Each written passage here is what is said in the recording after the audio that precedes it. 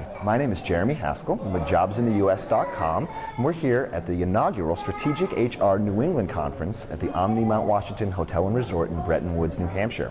I'm joined now by Ann Rhoades, who is the Prez of People Inc. and author of the bestseller Built on Values. Now, for those who aren't aware, Ann, what is Prez? It's not president. That's right. I can't stand typical titles. So it is person responsible for extraordinary service, which I think is every one of us, actually. Yeah, fantastic.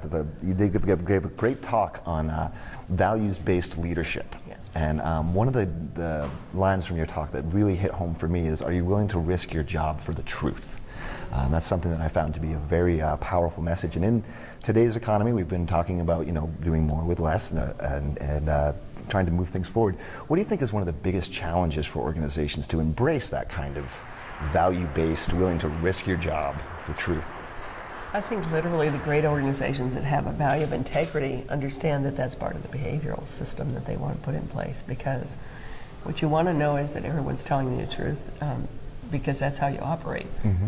It's critically important that if you have that value, that everyone tell the truth, and we actually end up with better results. You get the right results the right way rather than getting them in a way that's not probably quite as right. Quite as right, sure. Quite as right. That's a good way to put it.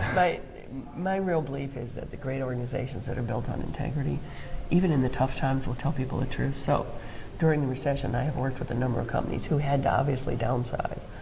Early on, the great ones I knew would meet with employees and say, we're hoping we don't have to do it, but what we're going to do is go out of our way to actually increase our bottom line. We need your help doing this so that at the end of the day we will all be in great shape.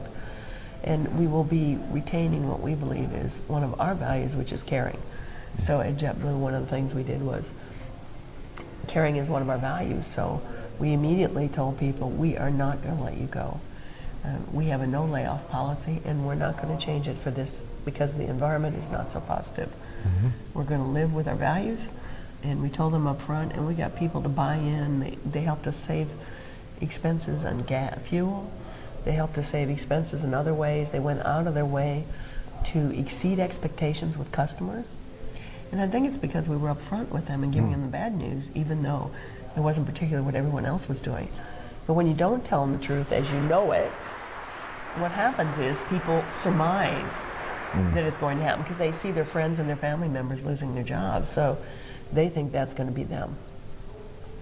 So sure, that makes a lot of sense. And one of the other points that you made was talking about, if you didn't have integrity yesterday, you may not have it tomorrow. Mm-hmm. So it's tough to teach things like integrity. But you also talked about how most values are driven, are kind of intuitive based. Great leaders are really intuitive.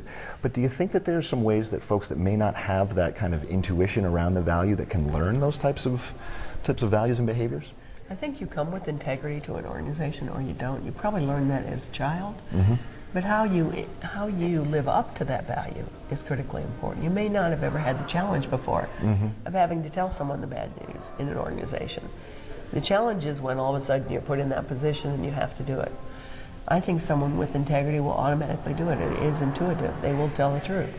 They'll understand that they're putting their job at risk potentially, but they also will understand that they can't live any other way. Absolutely. Now, when it comes to defining the values of an organization, things like integrity, I believe, will probably be across the board. Right. Obviously, a value like safety would be very important for someone like Southwest. What about, how does an organization really go about defining what their values are if it's not immediately apparent? And what we believe is that you sit in a room with people that are at all levels of the organization, both in seniority and in job levels.